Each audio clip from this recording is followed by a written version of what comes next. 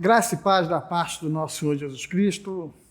Hoje daremos continuidade à nossa carta do apóstolo Paulo aos Colossenses e hoje nós estaremos fazendo o nosso estudo no capítulo 3 de Colossenses e vamos atentar para os 2 primeiros versículos que temos como tema dessa lição, vivendo a nova vida. E no versículo 1 e 2 diz assim: portanto, já que vocês ressuscitaram com Cristo, procure as coisas que são do alto, onde Cristo está assentado à direita de Deus. Mantenha o pensamento nas coisas do alto e não nas coisas terrenas, né? Os 2 primeiros capítulos da carta aos Colossenses estão relacionados com assuntos doutrinários, centrados na pessoa e obra de Cristo. Nos 2 últimos, Paulo trata de temas práticos, que quando o crente vive em Cristo, eles conseguem triunfar sobre o pecado. E esses 2 versículos que nós lemos agora aqui, Paulo está justamente aconselhando eles a ter uma visão celestial, né, pastor? Amém. Suas considerações iniciais. Graça e paz a todos que nos ouvem. É sempre um prazer estudarmos a palavra de Deus. Isso é algo que é um privilégio. E se você tem uma Bíblia, meu irmão, em casa, você é um privilegiado muito grande. Pega a palavra de Deus, pega a sua Bíblia, abre em Colossenses e vamos estudar junto. Hoje nós vamos estudar o capítulo 3, que vai falar da prática, de tudo aquilo que nós falamos.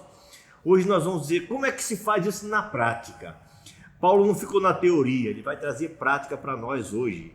E vale a pena, mas vale a pena mesmo você desfrutar desses momentos com a Bíblia na mão, estudando e participando. Paulo, quando nós falamos do versículo 1 ao 4, quando nós falamos de uma vida com a visão celestial, Paulo passa da parte polêmica para a parte prática da carta, usando o início do capítulo como uma dobradiça de transição, né? Ele faz uma transição. Este parágrafo está relacionado com o anterior, no qual Paulo criticava os hereges por serem incapazes de fornecer um meio de controlar os impulsos da carne. Aqui ele demonstrará a resposta cristã para tal problema. Nossa união com Cristo, em virtude dessa união, o crente morre para o pecado e as maneiras terrenas de pensar e se comportar. Então Paulo exorta os Colossenses a não só buscar o céu, mas pensar no céu também. Aleluia, maravilha. Aconselho a pensar no céu. Sendo participante da nova vida de Cristo, o crente agora é cidadão de um mundo diferente. Como pessoas ressuscitadas, juntamente com Cristo, a vontade e os pensamentos do crente precisam ser voltados para as coisas mais sublimes. O cristão morre para o sistema do mundo por meio da fé e da união com Cristo na sua morte e ressurreição, né, pastor? Afirmativo. Como nós falamos, a prática hoje vai ser demonstrada de maneira clássica, de modo, meus irmãos, que até para o próprio crente, que ainda tem alguma dúvida, aqui está a base para você ter toda a convicção. Agora, tem que viver isso aqui. Essa história de laicar, fica a dúvida. Vai deixar a dúvida. Não existe em cima do muro. Não existe em cima do muro. Eu gostei do pastor quando ele usou o sistema do mundo. Isso é bem interessante.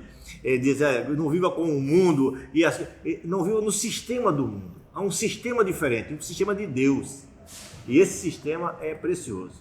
E no versículo 3 e 4 ele vai tratar disso aqui, pessoal. Pois vocês morreram e agora a sua vida está escondida com Cristo em Deus. Aleluia. Quando Cristo, que é a sua vida, for manifestado, então vocês também serão manifestados com Ele em glória, né? Essa é a certeza maravilhosa, Eu né? gosto muito quando eu leio isso aqui, que eu me lembro de um congresso de adolescentes que teve aqui na nossa igreja, que o tema era desce do muro, desce. Eu não esqueço até hoje disso aí.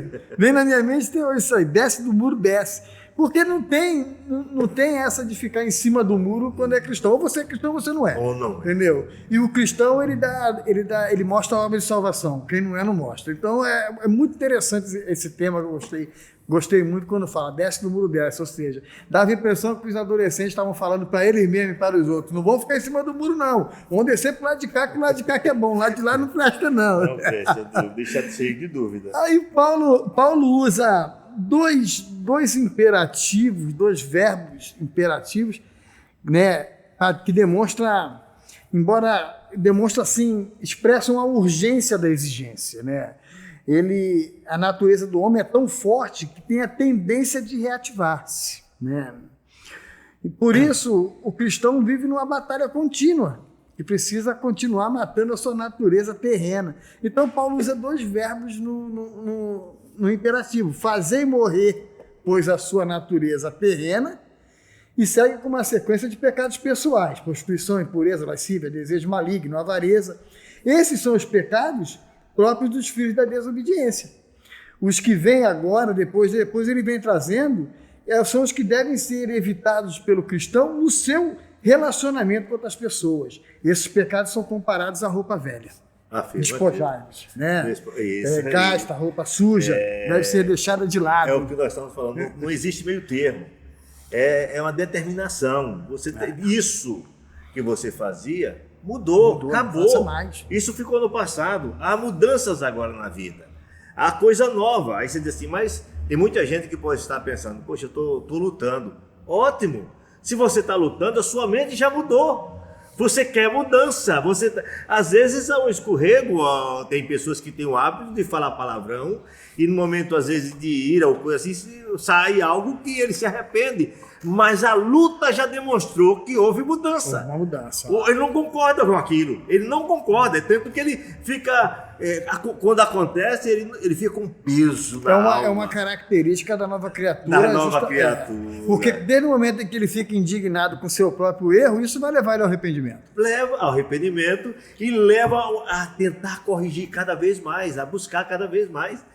É maravilhoso. E Paulo ele vai dizer assim no versículo 5 a 8, ele diz assim: assim façam morrer tudo que pertence à natureza terrena de vocês: imoralidade sexual, impureza, paixão, desejos maus e ganância, que é idolatria. É por causa destas coisas que vem a ira de Deus sobre os que vivem na desobediência, as quais vocês praticaram no passado quando costumavam viver nela. Mas agora abandonem todas estas coisas: ira, indignação, maldade, maledicência e linguagem indecente no falar. É muito interessante. Mas é a realidade, né, irmão? É a realidade. Os vícios, as coisas passadas, não faz sentido um crente, e às vezes pode até acontecer por fraqueza dele, de querer se enturmar. Existe muito isso com juventude, não é só com juventude não, muitas também pessoas fazem, se juntar em grupo e estar numa roda de piadas, e ele vem com piadas tremendamente indecentes, imorais, totalmente. E que não constrói nada, ao contrário, deixa ele mal. É interessante que a igreja não sabe, mas quem faz a crítica a ele é o próprio inimigo, é o próprio colega que está assim, e ele é crente, e a crítica vem de fora, o próprio inimigo aponta o dedo para ele. Não precisa, Deus não acusa ninguém, o acusador é o inimigo. O próprio que aplaudiu ele quando ele concordou quando ele fez. Então é interessante ele mostrar a mudança. A mudança mostrando que é conteúdo. Deus está vivendo agora em mim. E essa mudança vai servir muito e vai ajudar ele tanto na visão de todos, como testemunho, como vai preservar ele. Porque ele vai, em vez de apontar o dedo para ele, vão cobrar dele, olha, e ele vai ter um procedimento agora diferenciado. Isso vai melhorar o relacionamento dele vai ser mudado. As pessoas que às vezes riam um pouco dele, passam a respeitá-lo. No fundo, a respeito.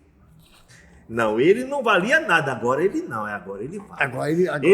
Esse camarada é tremendamente mentiroso, agora ele não mente. Esse camarada é tremendamente imoral, ele agora não é mais imoral, ele prisma. Às vezes vem um ou outro dizendo assim, ó, ele agora diz que é salvo, mas no fundo é respeito, ele reconhece que houve mudança.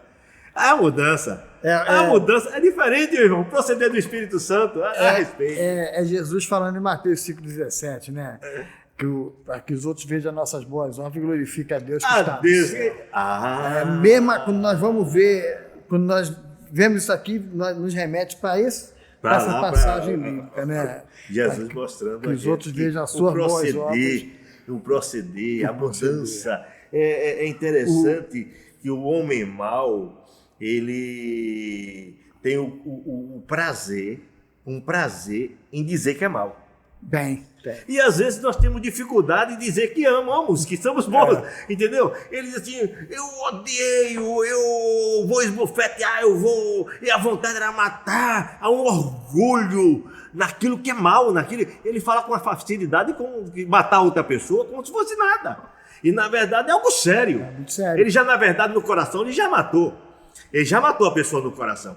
E, no entanto, às vezes nós queremos dizer que amamos e ficamos com vergonha. O que vão pensar de mim? Não vão pensar nada. É algo maravilhoso, é algo bom, é algo prazeroso. Dizer assim, não. Eu amo você. Você é uma pessoa preciosa para Deus. Deus te ama. Ele me amou e está me mudando. Eu quero que mude você. Outra demonstração disso é quando Jesus fala para dar outra face. A pessoa vem irada para cima de você e você dá outra face para ele. Que isso é até uma repreensão. Né?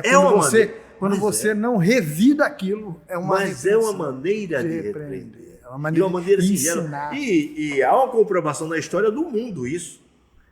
Há um grande indiano conhecido Gandhi. Ele é Mahatma Gandhi, o título Mahatma é um título, né? Gandhi, ele venceu os ingleses sem usar arma. Sem ser um agressor. Então, ele agora vai fazer uma passagem interessante. Ele vai começar a mostrar a vida do novo homem. Aí ele vai falar no versículo 10 assim, do 10 até ao 17, ele vai dizer assim: e se revestiram do novo, o qual está sendo renovado em conhecimento à imagem do seu Criador. Nessa nova vida, já não há diferença entre grego, judeu, circunciso, incircunciso, bárbaro, escita, escravo e livre, mas Cristo é tudo e está em todos. Portanto, como povo escolhido de Deus, santo e amado, revistam-se de profunda compaixão, bondade, humildade, mansidão e paciência. Suportem-se uns aos outros e perdoem as queixas que tiverem uns contra os outros. Perdoem como o Senhor lhes perdoou. Acima de tudo, porém, revistam-se do amor, que é o elo perfeito. Que a paz de Cristo seja o juiz em seus corações, visto que vocês foram chamados a viver em paz com os membros, como membros de um só corpo, e sejam agradecidos. Habite ricamente em vocês a palavra de Cristo. Ensinem e aconselhem-se uns aos outros com toda a sabedoria. E cantem salmos, hinos e cânticos espirituais com gratidão a Deus em seus corações. Tudo o que fizerem, seja em palavra ou em ação, façam-no em nome do Senhor Jesus, dando por meio dele graças a Deus Pai. Né? Interessante que anteriormente tivemos a descrição do velho homem. Ele faz uma descrição do velho homem, agora ele ensina as atitudes do novo homem. E, meu irmão, eu estava vendo que a tradução, às vezes o português, a tradução não transmite, às vezes, tudo aquilo. Ele diz, se vista do novo homem. Ele vai trazendo tudo isso que você falou, se vista, e já está, se revista, né? É se revestir, tirar a veste antiga e botar uma nova, essa nova veste, ela é diferente. Ela é totalmente diferente de tudo isso que ele vai dizendo. Amor, mansidão, esse vai descrevendo. Mas no capítulo, no verso que eu não bem gravei, ele vai dizer aí está se revista, o termo está se revista também. Na verdade, o termo no versículo 10, e se revestirão do novo, o qual está sendo renovado em conhecimento à imagem do seu Criador. Isso aí. Mas lá para frente ele vai eu gosto do termo, eu acho que o termo sobretudo é aquele casaco que é colocado em cima de toda a roupa. Isso mesmo. Ele está usando. Ele disse revista, aí eu estava prestando atenção. E sobretudo, se vista do amor. Meu irmão, é simplesmente sensacional Por quê? isso. Porque o sobretudo ele vai por cima das outras roupas. Porque Quando ele alguém fala olhar para você, vê o amor, vê o isso, amor. ele está falando assim, se revista de tudo isso, mas sobretudo coloque por cima disso tudo Tudo o amor. Ele, o amor. Isso que ele está falando. Ele vai ter usando a veste, meu irmão, eu estava lendo esse capítulo, é lindo, Muito ele é interessante. lindo, ele tem o Paulo tem uma sensibilidade. E ele usa exemplo de vestimenta mesmo. Isso aí. Essa que é a Exemplo de revestimenta. mesmo. É aquilo que você usa, que todo mundo olha e vê em você. É aquilo que você é o que você demonstra, todo mundo olhar, não precisa falar, você não precisa dizer, eu agora sou crente. Você muda o comportamento e alguém vai dizer, houve mudança em você. Mudança. Alguma coisa aconteceu que você que tá melhorou. Vendo? Você não é mais aquele que eu conhecia. É isso mesmo. Você não é mais. Eu tenho isso na minha mente que virou história na minha mãe. É rápido, é um conto rápido. Eu morava aqui morando em Guaíba, tinha uma casa que ela era muito pobre e que era uma família cheia de crianças peladas que não tinham roupa, uma mocinha já com a roupa toda rasgada. Eles faziam comida numa panela só, com 3 pedras. E passou um tempo, a casa era toda torta. Passando um tempo, eu vou para Cosmo comprar pão e eu vi a casa diferente. Eu pensei que ele tinha vendido a casa. O rapaz vendeu essa casa. Porque a casa era toda, ia cair, como se fosse cair mesmo. Agora ela não estava mais caindo. E o fogão da frente de 3 pedras sumiu. E qual foi a alegria para mim maravilhosa, onde eu vou passando por ali e vai sair da família, indo para a igreja. Glória a Deus. A mudança foi total. Muda. Todo mundo vestido, bonito vestido e indo para a igreja, meu irmão. Aquilo que estava deteriorando, eu diria assim, o inimigo devorador da família, que estava destruindo tudo, foi expulso. Foi expulso. Cristo expulsou. Então, só quem viu aquele homem caído na porta de casa, a família passando fome, toda rasgada e pelado, seja as crianças peladas, agora via, não precisa perguntar o que houve da vida dele. Não precisa. Cristo, a aparência traz logo o que fala assim, transformou. Algo muito poderoso mudou. Muito. É porque até isso é exemplificado muito na vida, como o senhor viu isso, nós vemos sempre isso aí. As pessoas, elas têm uma mudança radical na vida, geralmente é porque elas foram socorridas por Cristo, porque Cristo fez essa mudança. Você pode ver que às vezes a pessoa é muito pobre, ela começa a ganhar muito dinheiro e não tem Cristo e não muda nada, ela continua do mesmo jeito. Devorador. Mas quando Cristo está presente, há uma mudança no olhar, há uma mudança em tudo, há uma mudança no comportamento, no relacionamento. Isso que eu estava falando. O relacionamento de quem tem Cristo, ele é demonstrado. Isso. Se mostra isso. E é bom a igreja que está ouvindo isso lembrar, olha só, meu irmão, isso é natural, não é forçado. Não é chamado de atenção, olha, eu mudei. Não precisa nada disso, por favor. Quando vê alguém muito querendo, olha, eu mudei, alguma coisa está errada. Porque não precisa de nada disso. É natural, é algo que Deus vai trabalhando o interior, trocando o pensamento, o linguajar, os propósitos, a direção, a visão. Deus vai dando direção para tudo. E as coisas começam a acontecer naturalmente. Então, se alguém está querendo aparecer, cuidado. Cuidado, que pode ser que não seja isso que nós estamos pensando. Não é, na verdade, não seja verdadeiro, seja supérfluo, seja apenas aparente. A coisa não é, essa mudança ela não é algo de fora para dentro. É muito interessante. É de dentro para fora. Não é algo muito tão poderoso que de fora para dentro você não consegue fazer essa mudança. É como alguém passar uma maquiagem, chegar de noite, lavar o rosto e acabar tudo, volta tudo normal. Tem muita gente, às vezes, se travestindo, vou dizer a verdade é essa, se travestindo, que na verdade não é a roupa dela. Ela se traveste, está usando a roupa de alguém, que não é dela. Não é aquilo não é a roupa dela. Para se passar por que não é. Pelo que não é. Às vezes até para golpe, para enganar, para se dar bem. E é por isso a minha chamada a atenção. Gente, é natural. É algo que acontece naturalmente. Somos chamados a nos revestirmos de virtudes que caracterizam pessoas que se livrou do velho homem.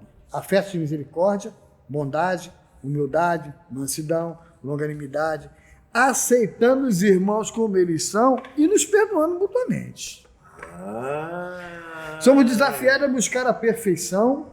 O amor deve ser praticado com excelência. Paulo, em Romanos, ele vai dizer assim, ó, a ninguém devais coisa alguma, a não ser o amor com que vos ameis uns aos outros, porque quem ama aos outros cumpriu a lei. Está falando isso aos Romanos. Eu gosto de Paulo, porque ele disse, isso não é favor, é dívida. É dívida. Ele fala assim, isso é dívida. Você dívida. tem que fazer. Você está devendo ao outro isso aí. Isso Como aí. crente, você não está fazendo favor, eu vou aceitar. Não, porque não é bom, não.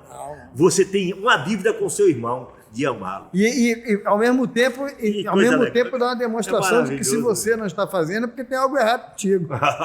Tem alguma coisa errada. Porque se você está vivendo, buscando a Cristo a todo momento na palavra de Deus, isso vai te incomodar de uma tal maneira, tem alguma coisa errada comigo. Por que eu não estou agindo dessa forma?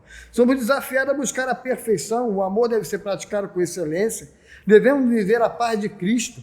Quando vivemos a paz de Cristo, temos atitudes pacíficas e pacificadoras. Amém. Buscando a palavra de Cristo para poder louvar a Deus em tudo e sendo gratos. Glória a Deus. É Gostoso demais, meu irmão, isso aí. Aí eu disse, vê como é natural o negócio? Vê como o negócio é natural? Vai acontecendo. É como você disse, vem dentro para fora. O Espírito coloca.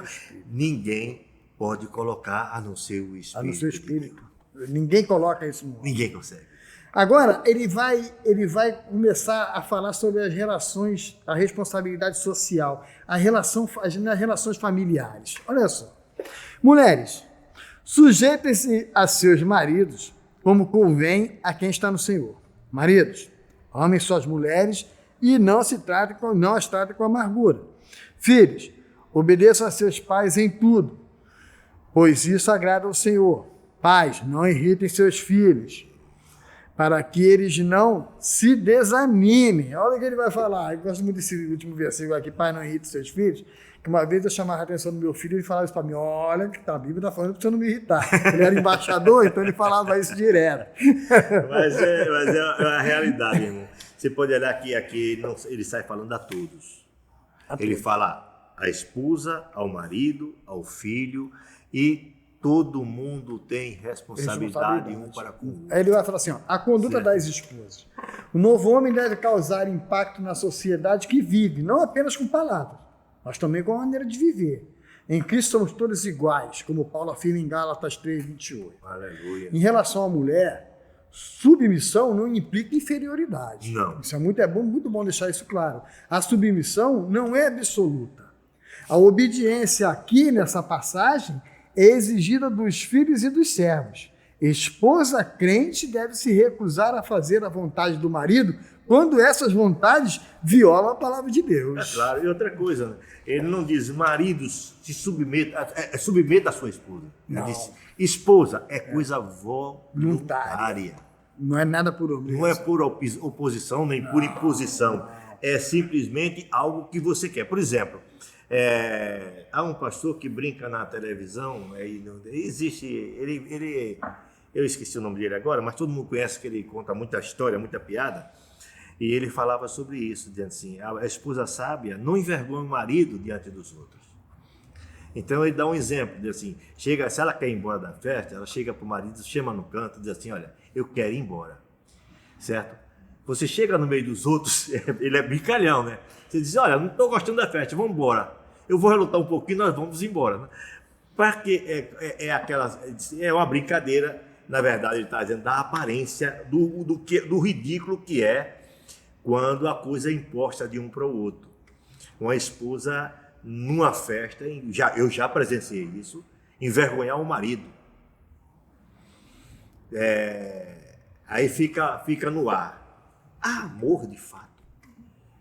Complicado, né? Complicado, porque ela envergonhou, na vista de todos, ela envergonhou, coisa que podia ser dito entre eles. Os outros não podiam saber, mas parecia que havia algo dentro, uma ufanação de dizer assim, quem manda sou eu. Entendeu? Que a história era essa. E na verdade, e o marido baixou a cabeça. Eu vou sinceridade, enquanto todos criticaram, eu achei que fui o cara mais sábio do mundo. Porque no momento não era propício para ele levantar a voz e se posicionar porque o negócio ia entornar o caldo, ia chegar, podia ser até absurdos. Mas ele baixou a cabeça, calou e saiu. Você sabe que silêncio também é resposta. Resposta. E uma resposta sábia às vezes. Porque encerra qualquer tipo de discussão. Encerra e imediatamente a mulher parou e saiu correndo atrás. Isso significa que ele, sem falar nada, demonstrou que ela não mandava tanto assim. Isso mesmo. Entendeu? Mas serviu de chacota. É algo que eu estou falando. Então, quando diz assim, esposa, seja submisso, é uma questão de você querer honrar o seu esposo. Honre teu esposo, não envergonhe, não coloque abaixo, você não ama. Por que colocar ou um ídolo de televisão, uma pessoa exalta, você humilha teu esposo, aquele que a cabeça da tua casa, o sacerdote do teu lar. Se você tem alguma coisa para falar, vocês não têm junto tanto tempo para falar. Será que não tem motivo? Tem que ser na vista de todos. Tem que ser uma coisa bem... Isso não é amor. Falta algo. Falta algum tipo de amor diferente. Falta o amor. Aí ele vai falar agora da conduta dos maridos. Os maridos devem amar a sua esposa não por emoção. Deve ser uma ação contínua. O amor que existe no princípio do casamento deve permanecer. Ele não pode tratar a sua esposa com amargura. Pedro ensina que a esposa deve ser tratada como parte mais frágil e com dignidade. 1 Pedro 3,7. Aí vem um recado para todo mundo. Olha só, meu irmão. O amar, às vezes, há uma confusão muito grande que as esposas, o amor do homem, o amor, por isso é diferente. As mulheres admiram muito o homem meloso. Aquele homem meloso. Nem todo homem é assim. Principalmente na nossa sociedade. Nem todos eles abrem a porta do carro para a mulher. Mas deveria, mas não é. Nem todos são assim. Então é o seguinte, o amor é demonstrado, não é em palavras melosas. O amor é demonstrado em gestos, em atitudes, que às vezes não é tão melosa, mas é respeitoso. Eu coloco ela numa posição de destaque. Você diz, abrir a porta, é colocar numa posição de destaque. Isso mesmo. Certo?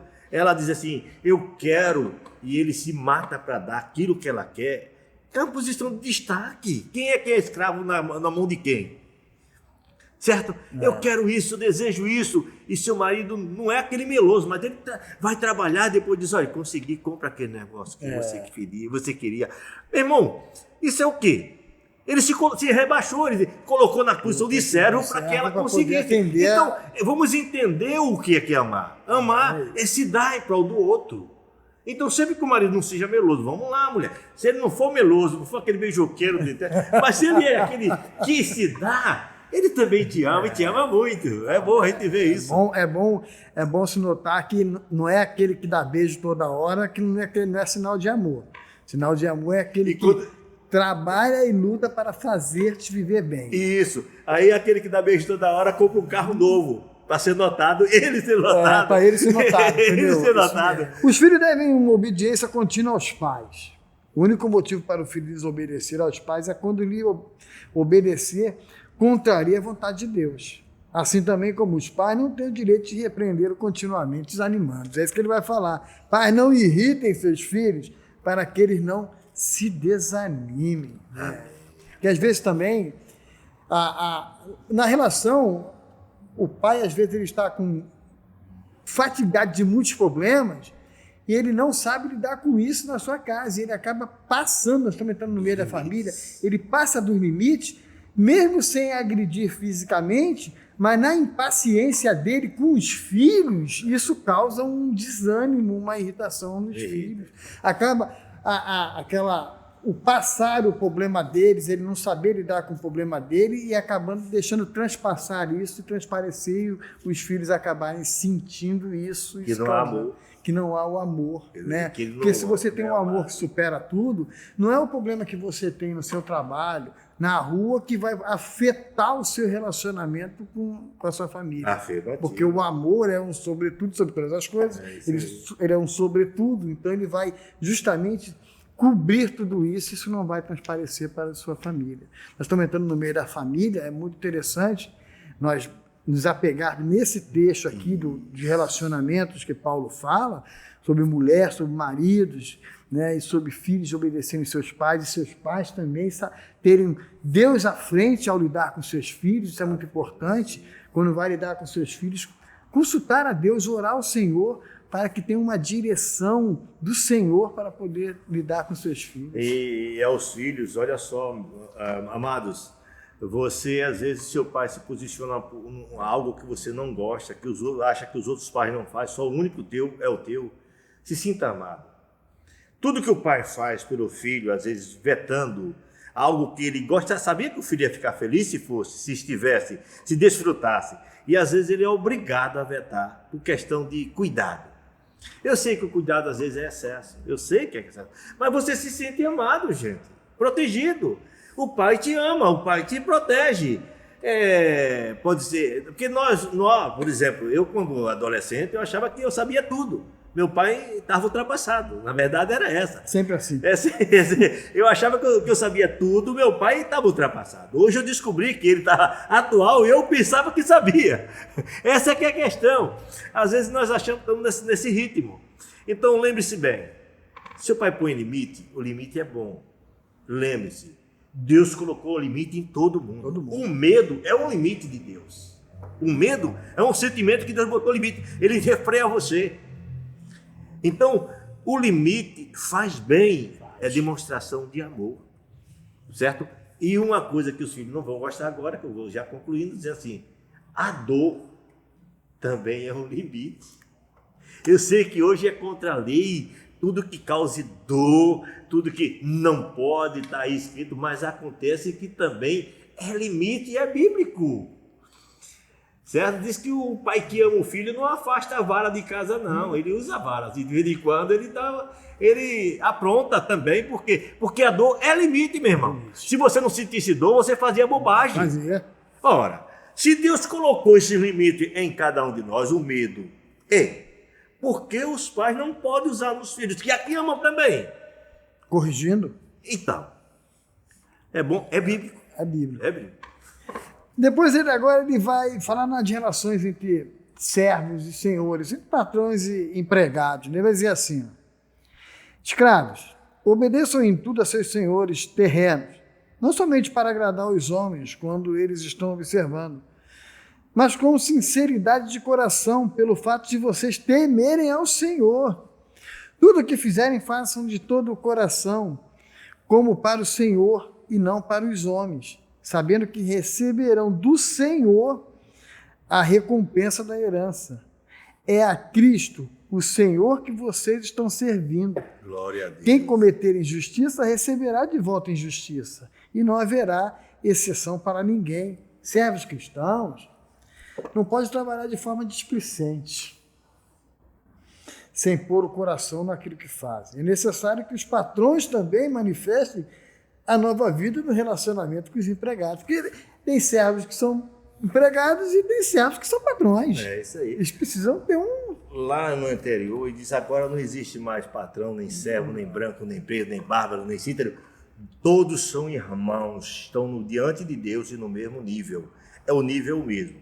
E aqui é interessante, ele diz assim, quando você estiver trabalhando, faça para Deus. Faça as coisas para Deus. Quando você faz para Deus, você descobre que só tem um Senhor na tua vida. Você só tem um Senhor na tua vida. Eu faço para o meu Deus, trabalho para o meu Deus. Você tem alguém que está te pagando, mas quem deu emprego para você foi Deus. Foi Deus. Usou ele. Ele foi apenas um veículo, um vaso nas mãos de Deus. E você faz com ele. Então você é mais honesto no seu trabalho, você deixa a displicência, você passa a fazer as coisas com lealdade, com beleza, com cuidado, porque você está trabalhando para Deus. Ah, quem dera. Imagine um mundo onde todos fizessem o serviço como se estivesse fazendo para Deus. E até mesmo aquele patrão que não é cristão, ele vai olhar a atitude do servo cristão e vai falar assim, há uma diferença mesmo. O patrão que não é cristão, ele vai até pensar que o empregado está fazendo aquilo porque gosta muito dele. Gosta, mas está fazendo aquilo porque está honrando o Senhor. Ao Senhor. Ao Senhor. Não precisa para, meu irmão, igual José. Ele começa a ganhar posição e não precisa ninguém para estar olhando. Tem gente que não faz sentido. O cara é crente, faz um trato para fazer um serviço, quando o patrão sai, ele para sempre. Para de fazer. Só faz se o patrão estiver olhando para ele. Meu irmão, isso é ideia. Não, seja sincero. Isso é comportamento de cristão. Não, Na verdade, ele está roubando o patrão, porque o patrão está pagando para ele trabalhar. É como o cristão político que não comparece à sessão. Desculpa falar, mas é verdade. É verdade. Né? Também. Ele está recebendo para fazer sessão, aquilo, para não fazer faz. aquilo e não faz. Ele não Então, faz. Isso é Isso até para nós é atentarmos roubo. sobre isso. É roubo. Isso é roubo. Isso é roubar. Você está roubando o seu patrão. Então, olha só, meu irmão, olha só o que a Bíblia ensina. É vida cristã prática agora. Quer ser cristão? É maravilhoso. O mundo será transformado? Será. Mas como? Mudando, começar a conversar com você. Começa em você. Começa em mim, começa nele. As mudanças começam em cada um de nós. Vale a pena estudar esse livro, mergulhar nele e aprender dele, porque a solução do mundo está aqui. A Epístola aos Colossenses enfatiza, estamos concluindo, enfatiza a plenitude da palavra, mas as evidências são as mesmas. Uma vida de alegria, gratidão e submissão. Estar cheio do Espírito significa ser controlado pela palavra. Aleluia! A plenitude do Espírito e a plenitude da palavra são essenciais no lar. Se os membros da família forem controlados pelo Espírito de Deus e pela palavra de Deus, serão alegres, gratos e submissos. E não terão grandes dificuldades em conviver uns com os outros. Também os empregados e empregadores cristãos tratarão uns aos outros com justiça, se estiverem cheios do Espírito e da palavra. Amém. O cerne de todo problema é o que está no coração. E somente o Espírito de Deus e a palavra de Deus podem mudar e controlar o coração. Só ele mesmo, só ela. Não tem como. Ele começa a aprender da palavra e buscar, e o Espírito começa a colocar a palavra no coração deles. Ele começa a viver. Ele começa a viver. O Espírito Santo faz esse movimento lindo. Ele está conosco para isto, colocado dentro de nós, fazendo isso. Eu acho que hoje em dia, como se fala tanto em viver no Espírito, em cair no Espírito, estar cheio do Espírito como Estevão. É um homem cheio do Espírito, que você apedrejado, olhou para o céu e viu o céu aberto, e você está cheio do Espírito. E pediu misericórdia pelos seus algozes. Pediu misericórdia pelos seus algozes. Isso está cheio do Espírito, né? É isso que está sendo apedrejado, pediu misericórdia para eles. Né? Então, isso é bom nós aprendemos que, se queremos viver bem em família, se queremos viver bem no nosso trabalho, se queremos viver bem na nossa igreja, na nossa comunidade, nós temos que buscar a palavra, buscar o Espírito para que viemos ser cheios da palavra do Espírito, para poder ter uma vida juntas. Glória a Deus. Concluindo. As pessoas devem trabalhar juntas, mas o coração da velha natureza busca vantagens pessoais, e não tomar cuidado com isso. E essas frustração, ressentimento e violência, Paulo nos encoraja a resistirmos a essa tentação. Independentemente de qual seja o nosso chamado. Independente de qual seja o nosso chamado. Precisamos tirar do nosso coração essa velha natureza de buscar vantagens pessoais. Nós precisamos pensar no próximo, entendeu? Paulo nos encoraja a resistirmos a essa tentação de primeiro eu, desse ego. Isso faz um mal. Isso faz um mal para a igreja, isso faz um mal no trabalho, faz um mal na comunidade, faz um mal no nosso lar, quando alguém pensa só nele. Está fazendo mal agora. Agora nós estamos vendo, na pandemia, está fazendo mal. E muito. O sujeito aproveita um momento para tirar vantagem para ele. Né? Então, nós precisamos, independente de qual seja o nosso chamado, precisamos buscar mais a Deus, como Paulo fala aqui, para viver no Espírito e termos uma comunhão com nossos irmãos. Amém. Essa é a minha conclusão. Amém. Concluindo, pastor Emir. Irmão, eu me empolgo estudando a Bíblia, eu me empolgo, achei maravilhoso. Meus irmãos, seguir por aqui, aprenda com esse livro, é vida prática. Eu sei que algumas coisas é difícil, não tente mudar tudo de uma vez, vá devagar. Vai mudando desde que o Espírito Santo vá mudando, você só coloque no coração o desejo de fazer mudanças. E busque a mudança. Deixa o Espírito Santo colocar ela no teu coração. Ele vai colocar. As coisas vão acontecendo naturalmente. Há uma luta no início, mas devagar você vai chegando lá. Não desista, que a tendência é quando você quer mudar de vez e não consegue, é desanimar. Não desanime. O Espírito Santo muda você. Não é você que se muda, ele te muda. Vale a pena. Que Deus nos abençoe e não desanime. Deus é contigo. Amém com nós.